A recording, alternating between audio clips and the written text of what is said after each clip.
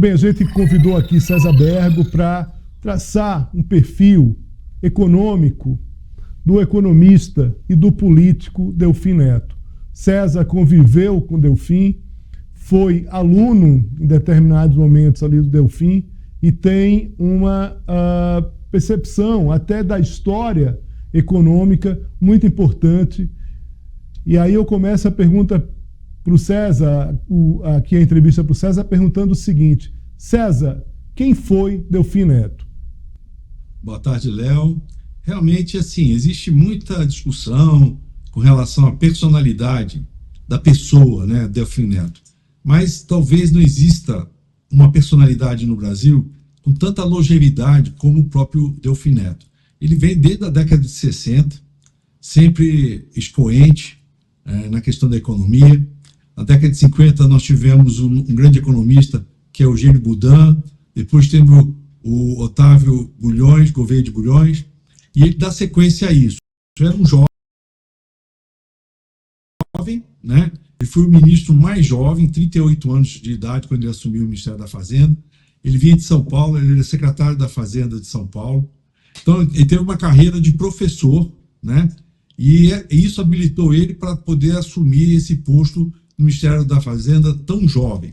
Então, ele tem muita habilidade, é uma pessoa muito inteligente, articulada, né? Ele segue um movimento ligado ao keynesianismo, né? Onde prega o desenvolvimento, a participação do Estado, e foi assim o início do trabalho dele. Então, ele começou, na época, com Costa e Silva, depois continuou com o Garrastazu Azul Médici, e ali ele conseguiu colocar as ideias dele em questão e conseguiu um crescimento econômico fabuloso, de 10% ao ano, né, durante esse período chamado milagre econômico, como você mencionou. Mas às custas, muitas vezes, de investimento externo, e naquela época não tinha a crise do petróleo, que veio em 73. Né? Então, obviamente, o Brasil vinha crescendo muito, quando ele, de alguma forma, se deparou com essa questão da crise do petróleo, mas ele deixou de ser ministro da Fazenda, né, no governo do Geisel, onde assumiu o Mário Henrique Simonsen. Então, quem levou o Delfim para o governo foi o Roberto Campos, na época. Né? E depois, ele conviveu tanto com o Roberto Campos como o Mário Henrique Simonsen também, que tiveram muita importância, sendo que o Mário Henrique Simonsen assumiu o Ministério da Fazenda em um momento muito difícil, e o Delfim Neto deu asa às suas questões de diplomacia, foi ser embaixador do Brasil na França. Depois ele volta, né, e ele assume o Ministério da Agricultura no governo Figueiredo. E logo em seguida, em função da saída do Mário Henrique Simonsen, ele assume o Ministério do Planejamento e volta a ter nas mãos a condução da política econômica, como aconteceu ali nos governos Médici e no governo Costa e Silva. Bom, o que eu estou falando? É uma pessoa que transitou entre vários fóruns, né? E depois, quando ele perdeu a sua colocação já no governo do Sarney, vamos dizer assim, ele se torna deputado eleito, e foi eleito por várias vezes, em torno de 20 anos ele ficou como deputado, inclusive foi deputado constituinte. Ora, eu estou traçando esse plano porque a gente pode não gostar muito das ideias do Delfim, e eu particularmente até gosto de algumas e não gosto de outras. Mas a gente não pode deixar de registrar uma personalidade importante para a economia brasileira, como você bem pontuou, e também, que não tenha dúvida, que criou também vários reveses com essa questão política também, né? E, obviamente, no início tem uma frase muito famosa dele, que ele diz assim: é preciso fazer crescer o bolo para depois distribuir. Só que isso deu um problema danado, né, com a desigualdade. Ou seja, hoje houve um fortalecimento da classe média, fortalecimento dos mais ricos, em detrimento dos mais pobres. Depois ele repensa um pouco isso. Então, a caminhada do Delfim é de uma experiência que ele vem amadurecendo, e muitas vezes ele coloca as suas ideias bem claras, e às vezes não são ideias que vão agradar a todo mundo, como a gente está vendo aí que você colocou. Né? Não tenha dúvida que ele caminhou um pouco pela esquerda, pela direita, ou seja, ele coloca as ideias dele independentemente das questões de ideologia, embora ele tenha sido ligado a partidos de direita, praticamente, né? Ou de centro-direita, vamos dizer assim. De qualquer forma, não há dúvida, né, que é uma personalidade a ser reverenciada, sim. Recentemente, nós perdemos também outro economista, que é a Conceição Tavares, né? Então, o Brasil vem perdendo esses ícones, né? Não tenha dúvida de que é uma pessoa que merece o nosso respeito, embora possamos discordar das suas ideias, viu, Léo? Bergo, quais as ideias mais controversas do Delfim e quais as ideias que, de fato, ele muda na sua avaliação, claro, para algo positivo dentro, não só positivo, mas diria que quebrou determinados parâmetros ali em relação à economia. Qual o legado que o Delfim deixa do ponto de vista econômico? Depois a gente vai falar sobre a política e esse período dele aí como político efetivo. Mas quais as controvérsias e quais as quebras de paradigmas do Delfim Neto? Olha, a contribuição acadêmica do Delfim Neto é com relação a desenvolvimento e planejamento. Então, ele defendia a participação do Estado muito forte na economia, né? Como o próprio Keynes coloca. Ou seja, naquela época em que ele foi ministro da Fazenda, a gente viu as empresas Brás surgindo, Eletrobras, Petrobras, Siderbras, tudo Brás, né? Então, havia uma participação muito grande do Estado na economia. E isso merece certa crítica, né? Em função da própria ineficiência de Estado em determinados setores. Mas ele investiu nisso. Ele investiu também no crescimento econômico com base no consumo também. Então, houve um crescimento rápido naquele período em que ele foi ministro, até 1973, né? E tudo isso aí é motivo de crítica, porque houve uma concentração de renda. Então, esse aspecto aí, ele é mais criticado. Por quê? Porque ele não pensou na questão social. Depois, né, ele já amadurecido, já coloca que não tem crescimento econômico se não tiver justiça social também. Ele defendeu muito isso aí. Então, em vários artigos, inclusive agora recente, no Valor Econômico, ele tem lá uma coluna que ele coloca periodicamente as suas ideias, ele tem defendido a questão social também. E isso merece uma certa crítica, porque ele condena a gastança do governo, né, que geralmente ele critica, mas, de outro modo, ele também acaba incentivando os gastos, né? Então, isso é motivo também de críticas. Agora, a principal crítica é essa questão exatamente voltada à concentração de renda, a um crescimento à custa da participação maior do Estado, né? Isso acaba mostrando uma certa ineficiência, como vimos, né, logo na sequência dos anos que ele foi ministro, em 74, 75, quando houve a crise de petróleo, e houve, em 82, a moratória, ou seja, houve um alto endividamento do Brasil, né? A dívida externa do Brasil cresceu absurdamente, e o Brasil acabou ficando, de alguma forma, insolvente em 1982. Tudo fruto dessa política que ele levou a efeito. Então, é motivo de crítica, sim, sobretudo em função dos aspectos ligados à questão social, mas não tenha dúvida de que houve contribuições positivas, mas nesse aspecto ele foi criticado e é criticado até hoje, viu, Léo? Em relação a esse perfil político, César Bergo, como é que a gente pode definir esse movimento, tanto Delfim parlamentar e também esses movimentos dele dentro da política? Olha, não tenha dúvida, né? Por ter sido até deputado constituinte, a gente sabe que ele acabou tendo um bom relacionamento no legislativo. Então, teve trabalho no executivo, ele tinha muito espaço no executivo, inclusive ele é chamado a ser conselheiro de muitos presidentes, não tenha dúvida, né? Agora, a crítica maior dele foi durante o governo Fernando Henrique, que ele andou criticando a política cambial do governo Fernando Henrique, né? Que ele manteve o real supervalorizado, né? E ele criticava muito isso.